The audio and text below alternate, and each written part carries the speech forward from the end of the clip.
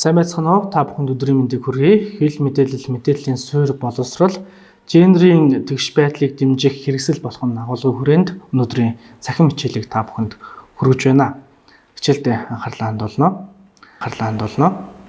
Хөтөлбөрийн эхэнд та бүхэнд өнөөдрийн хичээлийн агуулгыг танилцуулъя. Хамгийн түрүүнд өнөөдрийн хичээлдээ хамт байгаа захимаар биднийг сонсож байгаа хэл мэдээллийн байгууллагад ажилладаг мэргэжлийн сэтгүүлч, редакторууд, за тэр дундаа зөвхөн медиа хэрэгслээс гадна бүх нийтийн дунд хэл мэдээллийн суурь боловсролын талаарх мэдлэг ойлголтоо дээшлүүлж байгаа хэн бүхэнд зориулж энэхүү агуулгыг та бүхэнд танилцуулж байгааг онцлог хүслээ.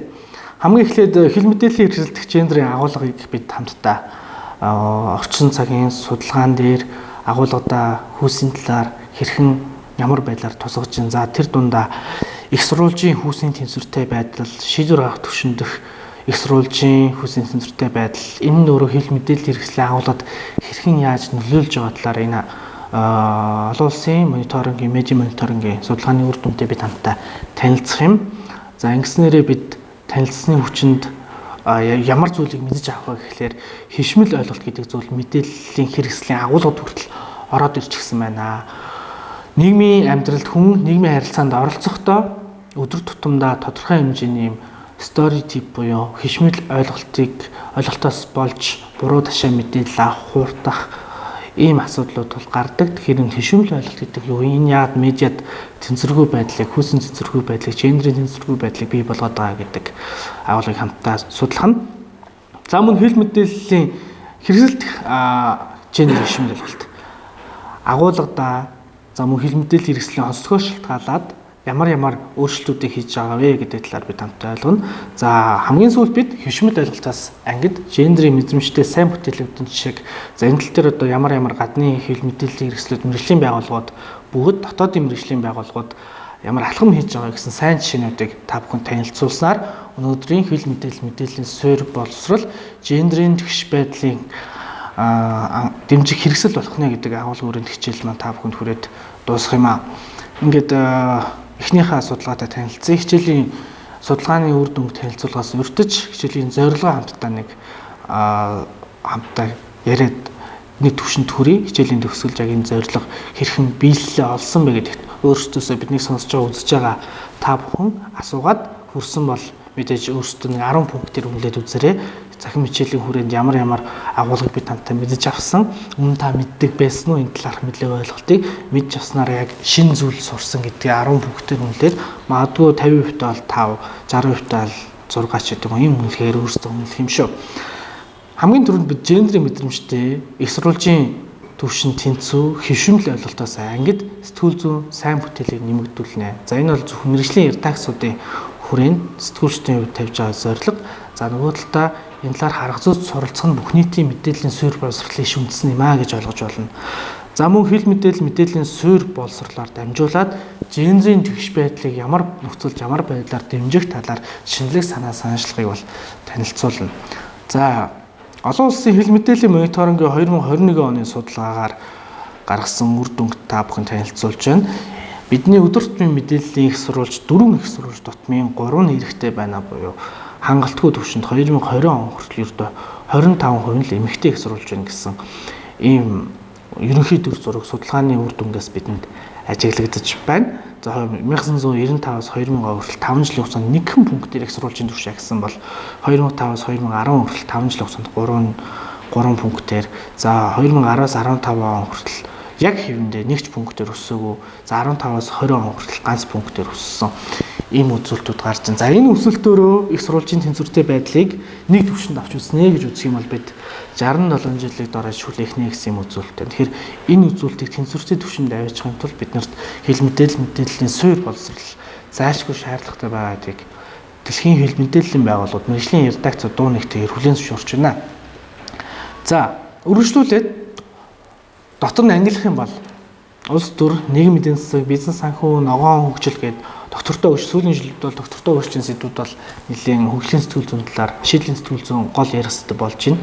За өдөр тутмын соёлын тогтмол хэвлэлд голлох байр суурь эзэлдэг улс төрийн сэдвээр ярих эмэгтэйчүүдийн доо болоод тутагдж байна гэсэн төр зураг ажиглагдаж байна. За шинжлэх ухаан, эрүүл мэнд, нийгэм эрх зүй, гэмт хэрэг хүчирхийлэл, олонний танил хүмүүс, урлаг, спорт, эдийн засаг, улс төр гэдэг энэ үзүүлэлтүүдээр л харьцангуй чигд үзүүлэлтүүд байгаад байна. Гэхдээ улс төрд бол харьцангуй 20% буюу бага гэсэн үзүүлэлт гарч ирж байна. За мөн улс төрчдийн ердөө 18% эмэгтэйчүүд байна гэсэн ойлголт байна. Тэгэхээр шийдвэр гаргах түвшинд бид нар мэдээллийн хэрэгслээрээ эмэгтэй их сурвалжуудын яриа дуу хоолой хүрэхгүй байгаа учраас тэдгээрх одоо дээр удирдлага дээр шийдвэр гаргах түвшинд гарч байгаа эмэгтэйчүүдийн хувь ийм бага байгаа нь аргагүй юм а. Тэгэхээр мэдээллийн тэнцвэртэй байдлыг хангахын тулд энэ агуулга бүтэц сэдв агуулга давтамж гэдгээс гадна хүйсийн тэнцвэрийг хангах нь мэргэжлийн редакцуудын зайлшгүй хийх ёстой нэг алхам мөн гэдгийг бол хэрж болно. За медиа салбарт дах эмэгтэйчүүдийн үзүүлэлтээр нь харах юм бол олон улсад төр Монголч төр ер нь сэтгүүлчид удирдах ажилтнуудын баланс бол ихтэй байгаад байна тийм. Олон улсад удирдах түвшинд эмэгтэйчүүд 26 тийм. За Монголд бол 51. Харьцангуй сүүлийн жилүүдэд эмэгтэй эрхлэгч медиа салбарыг толгойлж байгаа бүсгүүчүүд төрөн гарч ирж байгаа. Шинэ стартапууд гарч ирж байна. Мэдээллүүдийг бүсгүүчүүдийн талаарх мэдээллүүдийг нийтэд хүргэх, эмэгтэй сурвалжуудын дуу хоолойг нийгэмд гаргах ийм зорилтод компанид ажлын нөлөөллийн хүрээнд бол ийм мэдээллийн сайтууд гарч байгаа нь сайн хэрэг. Гэхдээ бид нар мэдээллийн сурвалж ба хүйсийн тэнцвэрийг онцолж байгаа юу гэдэг дээр бас бодох нэг асуудал байгаа юм аа. За Монголд эмэгтэйчүүд хамгаалсан редакц төлхөө байна гэдэг дурдж байна. Голчлон сүүлийн жилүүдээс авч ирсэн бол Занг цэгийн мэн, за мөн Human Z гэдэг октын яг төрөлдсөн медиа сувгууд гарч ирж тэдгээр эмэгтэйчүүд яг шийдвэр гаргах түвшинд эмэгтэйчүүдийн дуу хоолойг хүргэхэд мэдээллийн хэрэгслийн тэнцвэртэй байдлыг хангахад өөрсдийнхөө контентыг чиглүүлж нийгмийн асуудлуудад эмэгтэйчүүд өөрсдийнхөө дуу хоолойг хүргэж анхаарлаа хандуулж ингэснээрээ шийдвэр гаргах түвшинд нөлөөлөх юм боломжууд байна гэдгийг бол судалсан судалгааны үр дүн бол харагдаж байна энэ слайдаас. За Монголын мэдээний их сурвалжуудад эзлэх эмэгтэйчүүдийн хувийг авч үзэх юм бол мэдээллийн сайт, өдөр тутмын сонин, телевиз, радио гэдэг за уламжлалт медиа талд авч үзвэл харьцангуй тэнцвэртэй хүйсийн тэнцвэртэй мэдээлэл их сурвалж бол радио орж ийн. За радиогийн нэг онцлог байна. Энэ өөрөө хос хөтөлбөртэй урсгал радиогийн зарчмаар явдаг. Хөтөлбөрт радиогийн хувьд аль болох чихэн дээр нэгдүгээр сонсголттой байх хэрэгтэй. Тэ ямар ч передачны асуудал технологийн гормоор ажилласан ч гэсэн хүний дуу чимээний бохирдлоос ангид 48,000 кГц-ийн нэвтршилтайгаар хүний чихэнд ямар нэгэн сонсголын асуудал үүсэхгүйгээр тааламж хэлбэрээр сонсох энэ агуулгын хүрээнд одоо мэдээлэл хэрэгслийн өөрөөсөө онцлог байгаад байна радиод. Тэн дээр зөвхөн нэг шингэн хоолой эсвэл нэг өтгөн тослог хоолой дуурайд ах юм бол энэ зохимжгүй гэж үздэг учраас аль болох радио өргөн нэвтрүүлгээр явж байгаа шууд нэвтрүүлэг, бичлэгийн нэвтрүүлэг, зочинтой ярилцах цаг энэ бүх агуулгадаа хүйсийн тэнцвэрийг барьж байгаа цар ганц мэдээллийн хэрэгсэл нь өөрөө радио хуурч байна. За бусад телевиз, өдөр тутмын сонин мэдээллийн сайтууд их сурвалжийнхаа хүйсийн тэнцвэрийг нэммээр байна. 23-аас 29% байгаа энэ үзүүлэлтүүдийг. Яг одоо бид нэг үзээ сонсож байгаа үзэгч сонсогчдаа өдөр тутмын өдрийн сонин өнөөдөр сонин 100-ны мэдээ юу гэдэг те өдөр тутмдаа өглөө бүр уншдаг сонинхоо за нэг болон нийгмийн засаг ч юм улс төрийн болон нийтлэгдсэн зураг, агуулга, байр суурь илэрхийлсэн, үзэл бодлоо илэрхийлсэн их сурвалжийн хүйсийн харьцааг аваад үзээрэй, тоолоод үзээрэй.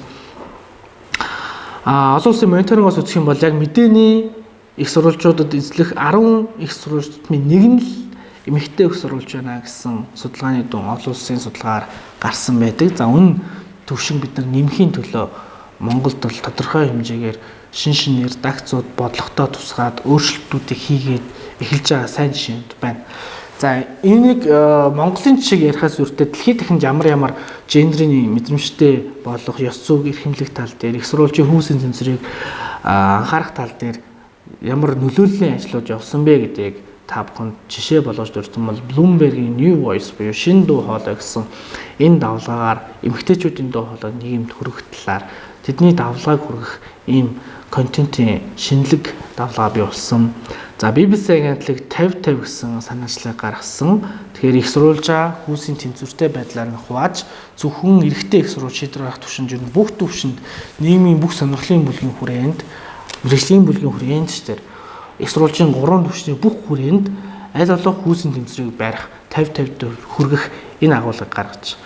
За мөн Financial Times дээр Women in Business гэдэг эмэгтэй бизнес эрхлэлтийг дэмжих форумыг технологийн салбарт эмэгтэйчүүдийн одоо манлайлалын асуудал яригддаг. Технологийн IT чиглэлээр код бичих энэ тал дээр дандаа хөвүүдийг энэ бол IT инженерүүд бол дандаа эрэгтэйчүүдийн хийдэг ажил юм аа.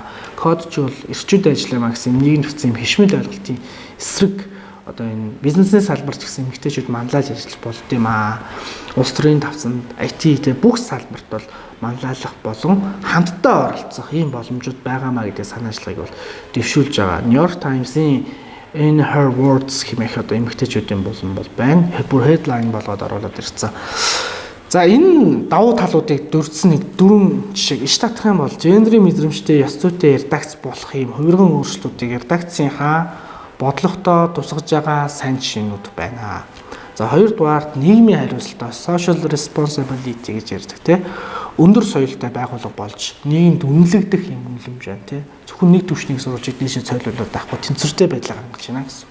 За олон янзын чухал сонирхолтой контентууд гарна.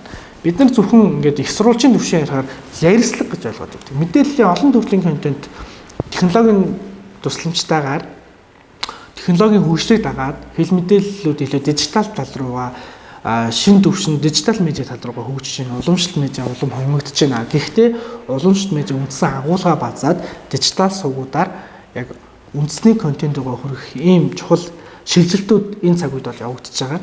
Тэгэхээр бид нар энэ дэлхийн дахинд өрнөд байгаа энэ өөрчлөлтүүдтэй хөл нийлүүлэн алхаж ээж энэ чухал сонирхолтой контентуудыг хүргэснээр хэрэглэгчдээ татан оролцуулах, хэрэглэгчдийн халамжлах, хэрэглэгчтэйгээ хамт байх энэ боломж олдож байгаа. За уншигч үзэгчдийнхээ талархлыг хүлээн. Мөн илүү олон хэрэглэгчтэй болж орлогоо өсгөх юм сайн талууд байна гэж үзэж байна шүү. За ингийн тулд бид яах ёстой вэ? Гадны саяны энэ 4 жишээг иш татахын урд бид нар ямар зүйлүүдийг хийх ёстой, төлөвлөж судлах хэрэгтэй байх нь, их сурвалжийн бүртгэл хөтлөх хэрэгтэй байх нь, ямар салбарын их сурвалжийн, ямар сэдвээр ярьдیں۔ Тэ ямар агуулгаар өмнө хэвлэлж ярьслаа өгдөг байсан. Энэ талаарх мэдлэг ойлголтыг нь ер нь бид нар ингээд тодорхой шуурхай цаг үеийн шинжтэй мэдээллийн хөтөлбөрөөр нэг зочныг урьж оролцуулаад баярлалаа гэд ямар ч юм хол. Тэгэхээр энэ бүртгэл хөтлөх гэдэг нь зочинтойгоош тэр үзэгч, сонсогч, уншигчтайгаас тэр эргэх холбоотой ажиллах ийм урт хугацааны доктортой дата сан үүснэ гэсэн. Бүх ажилтны оролцоог хангах. Мэргэжлийн сэтгүүлчийн мэргэжлийн редакцийн үйл ажиллагаа бол зөвхөн нэг сэтгүүлчийн редакторын бүтээл биш. Энэ тухайн мэдээллийн хэрэгслийн онцлогоос шалтгаалаад дууны найруулагч, дүрсний найруулагч, оператор, жолооч мөн аж ахуйн ажилтнууд багийн ажил гэдэг. Тэгэхээр энэ багийн бүх ажилтнуудын оролцоог хангаж иж илүү өндөр түвшинд, илүү мэдрэмжтэй, илүү бусдад хүлээн зөвшөөрөгдсөн ийм алхмуудыг бид хийж болно.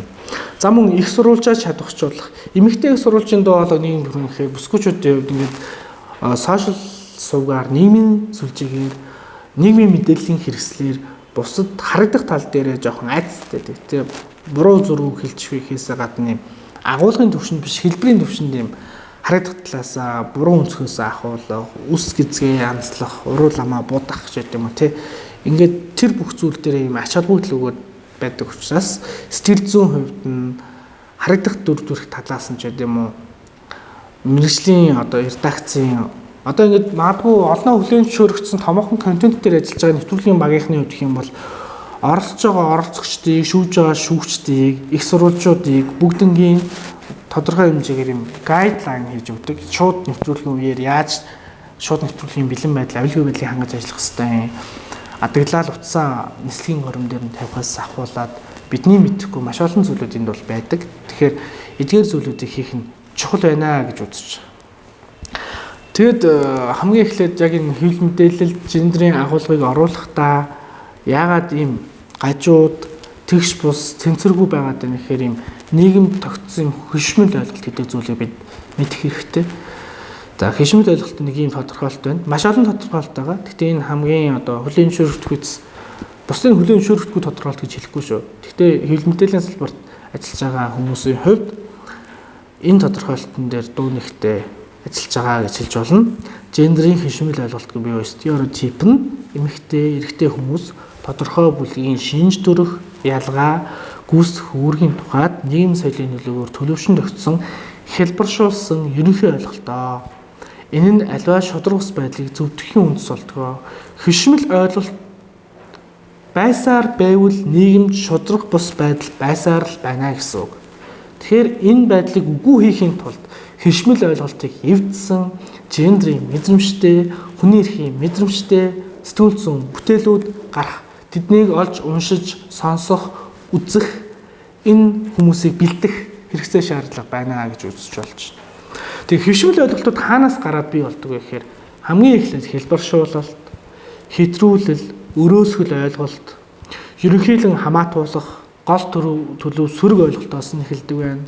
Үнэлэлт өгдөг те ямар нэгэн шинжлэх ухааны онол арга зүйн үндэслэлтэй маргаан мэтгэлцэн өрнүүлэх гэхээсээ илүү шууд өөрийн хувийн субъектив үнэлэмжийг нэгдүгээр түвшинд тавьж үнэлэлт өгдөг. Таамаглал дээр суурилсан гадуурхах үзэл, таамаглалаа ямар нэгэн байдлаар нотлоогүй юм байж те нотлохоо дэмжлэг байхгүй зөв хар зургаараа одоо хар туршлагаараа гэдэг юм те гэж яригддаг. Шууд үзэл бодлоо илэрхийлдэг. Хүн бүхний үзэл бодлоо өөрийн хүлээмжшөрөхөөсөөр аргагүй. Гэхдээ үзэл бодлороо хэл мэдээллийн байгууллагын гаргаж байгаа агуулгад хандах боломжгүй. За баримт багтай байдаг. Тэгэхээр үзэл бодолд хамгаална гэдэг бол баримт баг байхаас өөр аргагүй. За хишмэл ойлголтыг халахын тулд яах ёстой вэ бид нар? Хишмэл ойлголтыг халахын тулд эмэгтэйчүүд эрэгтэйчүүдтэй холбоотой нийтлэг хүлээлтийг эвдэх үз сэтгүүл зүйн хишмэл ойлголтыг халсан шинэ бүтээлийг гаргах хэрэгтэй байна. За мөн хишмэл ойлголтыг халсан сэтгүүл зүйн бүтээл нь аливаа асуудлыг харах шинэ үнцэг, шинэ байр суурь, бодолцох шинэ арга замыг олоход тусалдаг баймаар байна. Энэ төрлийн контент нийгэмд хэрэгтэй байна гэсэн. За дэлхийн хэл мэдээллийн мониторингийн судалгааны үр дүнгээс харах юм бол нийт мэдээний ердөө 4% нь л гендерийн хишмэл ойлголтыг халгаж чиглэсэн байна гэсэн. Уг нь 50-50-аар бид нэр зүтгэж байгаа. Тэгэхээр нийт мэдээллийн хэрэгслийн 4% гэдэг бол бид нар маш хол байгаагийн зөрүү. Ийшээ бид шаттайгаар тэнцвүүлэхийн төлөө ингээд тоосгоо өрхийн тулд маш олон хишмэл ойлголтын эсрэг сүр зогсох, урсгал сүрэх, салхи сүрэх хэрэгцээ шаардлага бий болно. Тэгэхийн тулд бид хэл мэдээллийн суурь боловсролыг энэ цуврал хичээлүүдээр, энэ цуврал 21 модулаар суралцаж цаашдаа түгээхдээ анхаарах зайлшгүй хэрэгцээ шаардлага байна гэж хэлж байна. За хишмэл ойлголтыг хэрхэн халах вэ гэдэг одоо хамгийн сүүлийн слайдаа та бүхэнд хуваалцчихна. Монголын хэл мэдээлэлд мэдрэмжтэй мэдээллийг нэгдэл яг энэ хишмэл ойлголтыг халах одоо юм виртуал редакцийн буухай гэдэг олон төрлийн нөлөөллийн ажлуудыг хийж хэрэгжүүлж эхэлж байгаа одоо BBC-гийн 50 санаачлагаас одоо үлгэр дуурайл аваад за энэ аргачлалч гэсэн одоо reflect reality дээр онцлогдож Монголын одоо хэл мэдээллийн байгууллагууд редакцууд мэргэжлийн редакцууд өөрсдийнхөө редакцийн бодлогод хишмэл ойлголтыг халахсан гендерийн мэдрэмжтэй бүтээл, хүний эрхийн мэдрэмжтэй бүтээлийг гаргах ийм аян өрнүүлээд эхэлжээ. Энд мэргэжлийн редакцууд хамрагдаад эхэлжээ.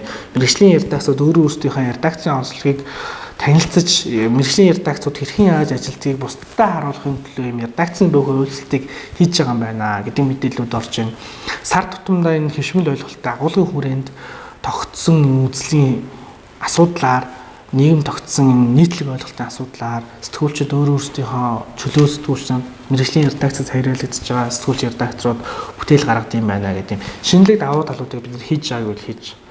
За эхний нэг санал болгох энэ бол маш олон хишмэл ойлголтоос гарах аргачлалууд байна. Тэр хоёрыг л хуваалцъя. Өөрөөр нь яриулах. Эмэгтэйчүүдийг элбэг гэж татдаг эрүүл мэндийн салбарт хишмэл ойлголтыг алсан бүтээл илүү их гардаг. Тэгвэл энийг зөвхөн эрүүл мэндийн салбараар хязгаарлалмааргүй байна тий. Боловсролын салбарт нийгэм гих мэтчлээ. За байдлыг эргүүлэн тавих. Хэрвээ улс төрч эрэгтэй байсан бол бие гэр бүлийн байдал, хувцаслалт, үс засалт, нүүр будалтыг нь гаргах байсан уу гэдэг. Тэгээ энэ төрлийн айцаасаа болж эмэгтэйчүүд хэвлэлд яриад хөлсөө зайлсхийдэг. Одоо хувийн асуудлыг маань асуудаг, шууд бодлогын түвшний асуулт асуудаггүй тий. Өмнөх амьдралын ярьдаг, хин нэгэн улс төрчийн хамаарал бүхий хүн гэж одоо дайрч тавьждаг. Энэ бол нөгөө нэг хишмэл ойлголтыг бий болгодог үзэл бодолтой хамгаалсан баримтгүй яринаас л үүдэлтэй. Тэр энийг халд зогсоход бол бид нар энэ Өөрөөр нь ярил болоод байдлыг нь эргүүлэн тавих энэ хоёр алхмыг яг одооноос хийж эхэлцгээе гэдгийг та бүхэнд уриалах байна. Анхаарлаа хандуулсанд баярлалаа.